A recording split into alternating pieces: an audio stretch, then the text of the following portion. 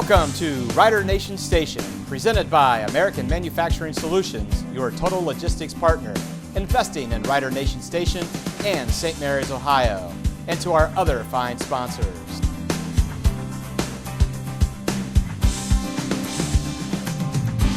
Hello everyone, welcome to Rider Nation Station's Rules of the Game with Mark Cisco. We hope that this show gives you a unique perspective of the game of football through the eyes of the official. Our guest here today is Mark Cisco. Mark, a lot of the viewers and listeners out there probably know who you are, but just in case for the ones that don't, could you please give a short introduction for us? Sure. I'm Mark Cisco. Been a high school official for close to 38 years now. This will be my 38th year starting this season. Started way back in 1982 after my playing days at the college level were over. I wanted to be part of the game. Probably have worked 100,000 snaps or more in my career. Varsity, JV, junior high, things of that nature. So I've been around a while, and I'm one of the older officials probably in this local area that's still doing football. And where did you graduate high school, and what do you do for a profession now? I graduated high school right here from Memorial High School when it was still Memorial High School. And right now I am a certified public accountant. Excellent. Well, we're going to take a short break here. When we come back, we're going to ask Mark about some of the rule changes for this year. So catch us on the other side. Guarneri's on Spring Street, home of the signature Big Ralph Sub, Pizza, and Calzone. Come try our thirst-quenching Rider Aid before, during, and after the game. Post-game live music every Friday night. It's Guarneri's. Give them a call, 419-394-2244. Mark, I know a topic on everybody's radar this time of year are what some of the changes have been from 2018 into 2019 year. So could you maybe discuss a little bit? And I think we've got some clips for some of those as well. There's a couple major changes for 2019. One being the major one that fans will probably notice right away is that the play clock is now have an option between 40 and 25 seconds, similar to what the college rule is. So you will see a lot of times if a play ends, running play, let's say for instance, ends inbounds, first down, whatever, the play clock will be set to 40 seconds right away and it will start running right away. There's no reason anymore for the referee to blow his whistle to start the play clock. The 25-second clock is still there, and that takes place when there's an administrative stoppage, timeout, penalty enforcement, any other thing that would cause the officials to stop the clock just to sort things out, so to speak. So that's going to be a major change for the fans and for the teams for this year. On that note, are play clocks required this year to be on the field? Play clocks are not required on any field. The OHSAA would prefer that schools have them, but due to budgetary restraints with schools, they're not required to. In that case, then the officials will keep that time on the clock. So the other major change would be in the horse collar rule, which we're going to look at here presently. They have changed that rule where now instead of just being a foul for grabbing inside the collar of the shoulder pads or jersey, now if someone grabs the nameplate of the jersey and pulls a player down from behind, that is a foul. I think we're gonna see a topic of that right now. Look at a clip of that. This horse collar happens at the end of the play, and the running back is loose, and as he gets near the sideline, the defender grabs him by the back and pulls him down. That is a classic horse collar foul right there. Now the official, I'm going to jump in here with the official. He misses the out of bounds spot by a couple yards, but you know, he's trailing. There's five guys on the field. He's got the foul, and we go from there. That's a classic grab inside, and we're going to see in a slower motion here. Running back comes through, and he's loose, and he's being trailed by the defender, and the defender reaches up and actually on this play grabs the jersey from the back and pulls him down from behind. Classic foul for 2019. If the defender had grabbed a hold of the nameplate on the back of the jersey, not necessarily inside, that also would be a foul. Okay, so in previous years they would have to grab a piece of the equipment inside of the jersey. Correct. This year it's going to include the jersey itself. Correct. Okay. Correct. Up in the nameplate area, if so to speak. Okay, so other areas of the jersey, if I'm grabbing on the shirt tail, that's fine. It's fine. No numbers is going to be fine. So you're going to have some officials with some judgment as to where that nameplate might be or could have been. So in the interest of safety, we're told, when in doubt, it's a foul. Gotcha. Okay. One of the things that's not changed, though, that I think we wanted to talk about was the illegal formation fouls. And you mentioned that earlier. I think St. Mary's had something come up. I've looked at some of the scrimmage tape from St. Mary's versus Bellefontaine, and I noticed that it seems like a lot of the offensives nowadays are starting to creep their offensive lines further back off the ball. So the center will be up, but the offensive lines will creep backwards.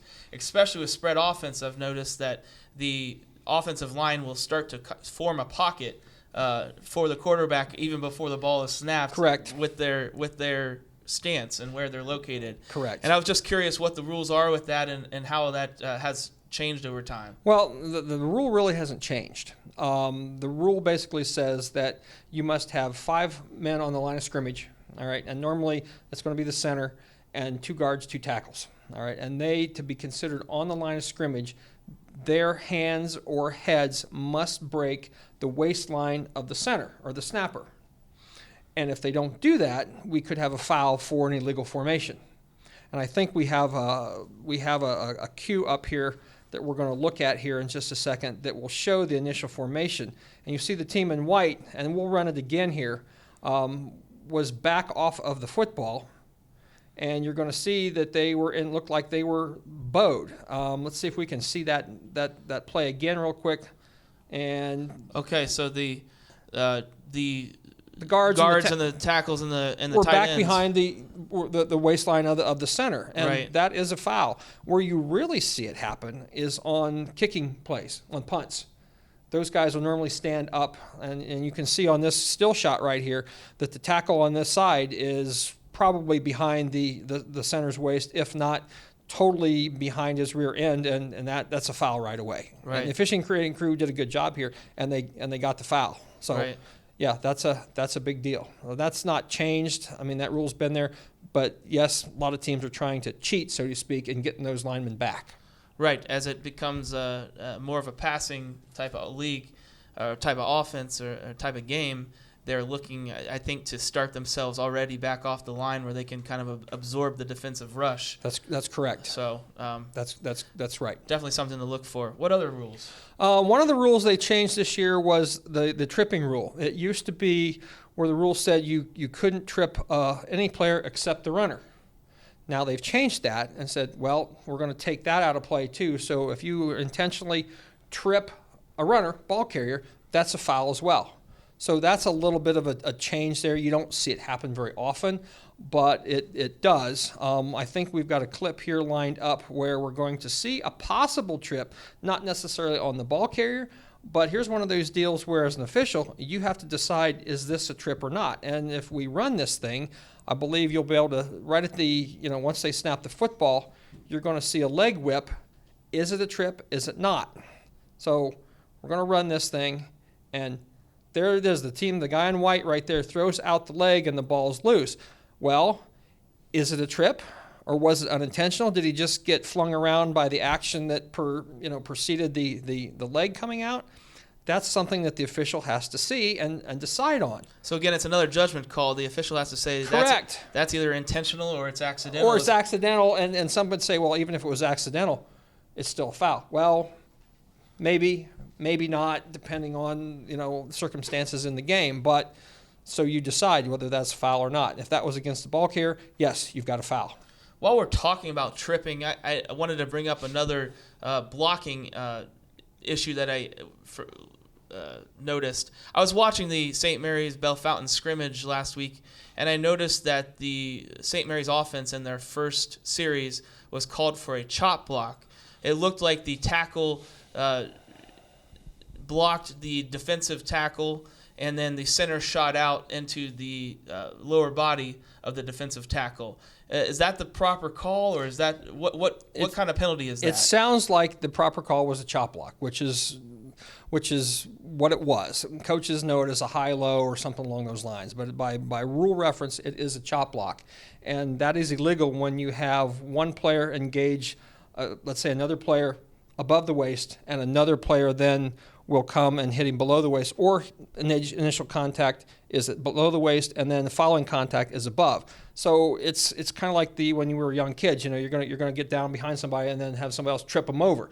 That's a foul. And that's just a safety thing? That's a safety thing more than anything else. Okay. Yes. And that's a foul at any level of football. It's just, and it can really hurt people and it doesn't happen very often, but it is a safety foul that needs to be called. Yes. That's on the offensive side. Is there anything on the defensive side regarding the? Well, the rules are the same offense and defense for blocking. It doesn't matter. A lot of people get confused sometimes when the defense may be called for blocking below the waist, which is a real issue with the high school coaches now. They're thinking that the officials aren't catching that enough, when in fact it does occur. And some teams are pretty good at it. So that's an issue there. And we can talk about that more, as we go along here. So that would be if the offensive player does not have the ball and the defender would try to take out the offensive player, maybe a pulling guard. Correct. You're absolutely right, Zach. That's okay. Exactly where you see it, a pulling guard or tackle,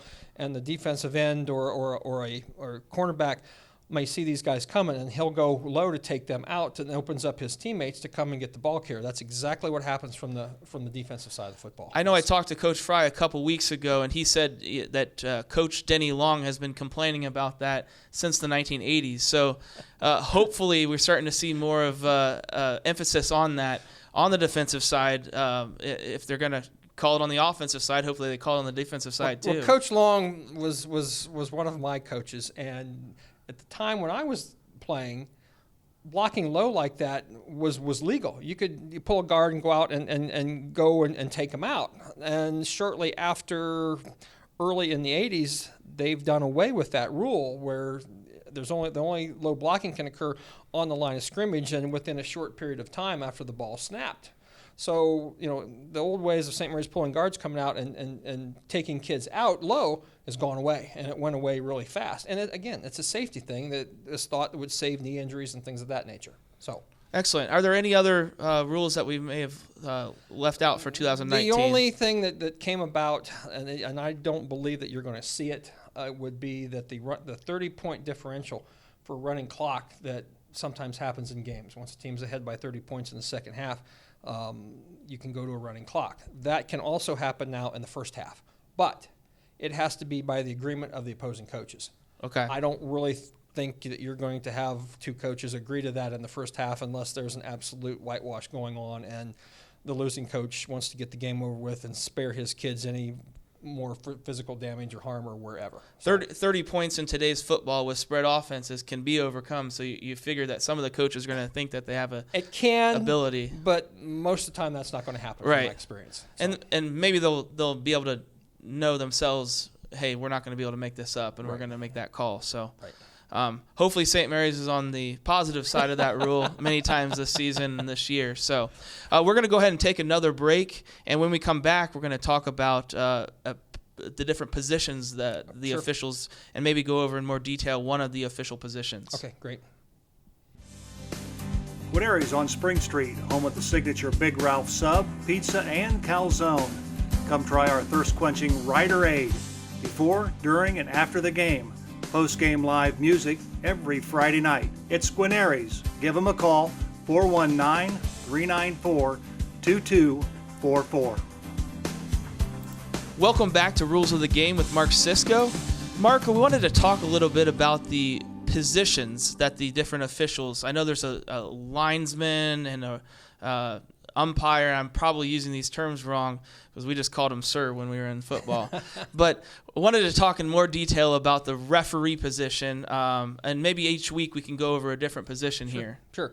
Yes, in the normal high school game, there are 5 officials, although some crews are working 6. The referee, the umpire. Referee is normally in the white hat. The umpire is going to be standing directly behind the defensive line, and what we call the wings, which is the head linesman and the line judge, and then we have a back judge. That's the guy that's deep on the field. A 6th man would be known as the center judge, and he's also going to be in the offensive backfield opposite of the referee. You'll start to see more of those 6-man crews as you go, although not everybody has adopted the 6-man for various reasons, one of them being that there's not enough of us around. Anyway, But getting back to my position as the referee, I'm the guy in the white hat. I'm basically responsible for rules knowledge and game management. We all play a role in that, but a lot of times the management of the game and the timing falls to me. Also penalty enforcement, conversation with coaches are me. They always want to talk to the guy in the white hat. Right or wrong, that's the role I play sometimes. That white hat might as well be a crown at that point. Well, right? I wouldn't go that far. Yeah. I mean, I will tell you that my crew thinks that the referee spot is the easiest position on the field, and I would probably agree with that. Okay. Plays tend to go away from me and not at me like umpires or wing guys have.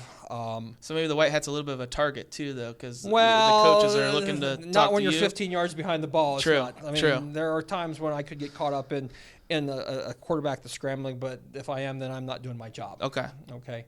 My responsibilities on any play would be holding, false starts, things of that nature on the offense, possibly dead ball fouls that happen behind the line of scrimmage that everybody else is not going to see. So we all share responsibility in that.